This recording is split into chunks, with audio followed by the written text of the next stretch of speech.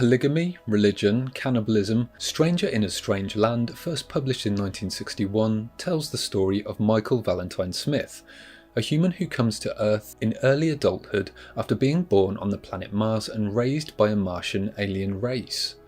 The story explores his interaction with an eventual transformation of the Terran culture on Earth and is set in a post-Third World War United States where organised religions are politically powerful. There is a World Federation of Free Nations, including the demilitarized US, with a world government supported by special service troops. Prior to World War III, the crewed spacecraft Envoy was launched toward Mars, but all contact is lost shortly before landing. 25 years later, the spacecraft Champion makes contact with the alien inhabitants of Mars and finds a single human survivor, Valentine Michael Smith. Born on the Envoy, he was raised entirely by Martians and is ordered by them to accompany the returning expedition. Heinlein reportedly got the idea for the novel when his wife suggested a new version of The Jungle Book, but with a child raised by Martians instead of wolves. The book was written by Heinlein in part as a considered effort to challenge social customs. In the story, Heinlein uses Smith's social openness to re-evaluate such institutions as religion, money, monogamy, the fear of death, and features concepts such as non-violent cannibalism among the Martian aliens that raised him. Heinlein said that when writing the novel, he knew it would be years before it would be released, because the world wasn't ready for it. He wrote, perhaps referring to the sexual revolution in the 60s, "I had been in no hurry to finish it, as that story could not be published commercially until the public mores changed." Heinlein said his story was supposed to be a completely freewheeling look at contemporary human culture from the non-human viewpoint of a man from Mars. No sacred cows of any sort, but in addition to a double dozen of minor satirical slants, the two major things which I'm attacking are the two biggest, fattest sacred cows of all, the two that every writer is supposed to give at least lip service to, the implicit assumptions of our Western culture concerning religion and concerning sex. A central element of the second half of the novel is the religious movement founded by Smith, the Church of All Worlds, an initiatory mystery religion blending elements of paganism and revivalism, with psychic training and instruction in the Martian language.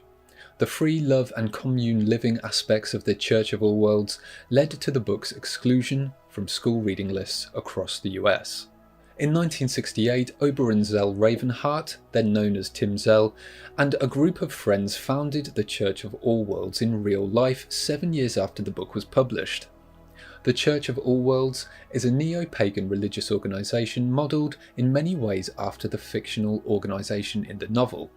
The spiritual path includes several ideas from the book, including polyamory, non-mainstream family structures, social libertarianism, water-sharing rituals, and acceptance of the religious path by a single tradition, and the use of several terms such as grok, thou art God, and never thirst. While Heinlein was neither a member nor an open promoter of the church, he wrote to Zell in a letter, "Each reader gets something different out of the book because he himself supplies the answers.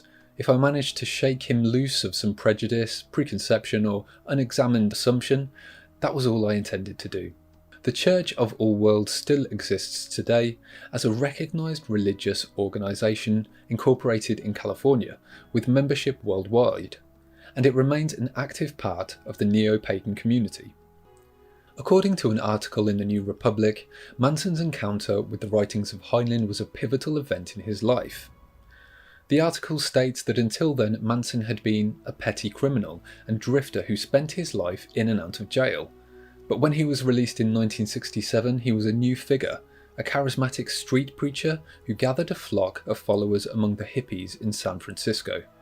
Manson's made-up religion was apparently a cut-and-paste invention that borrowed from many sources.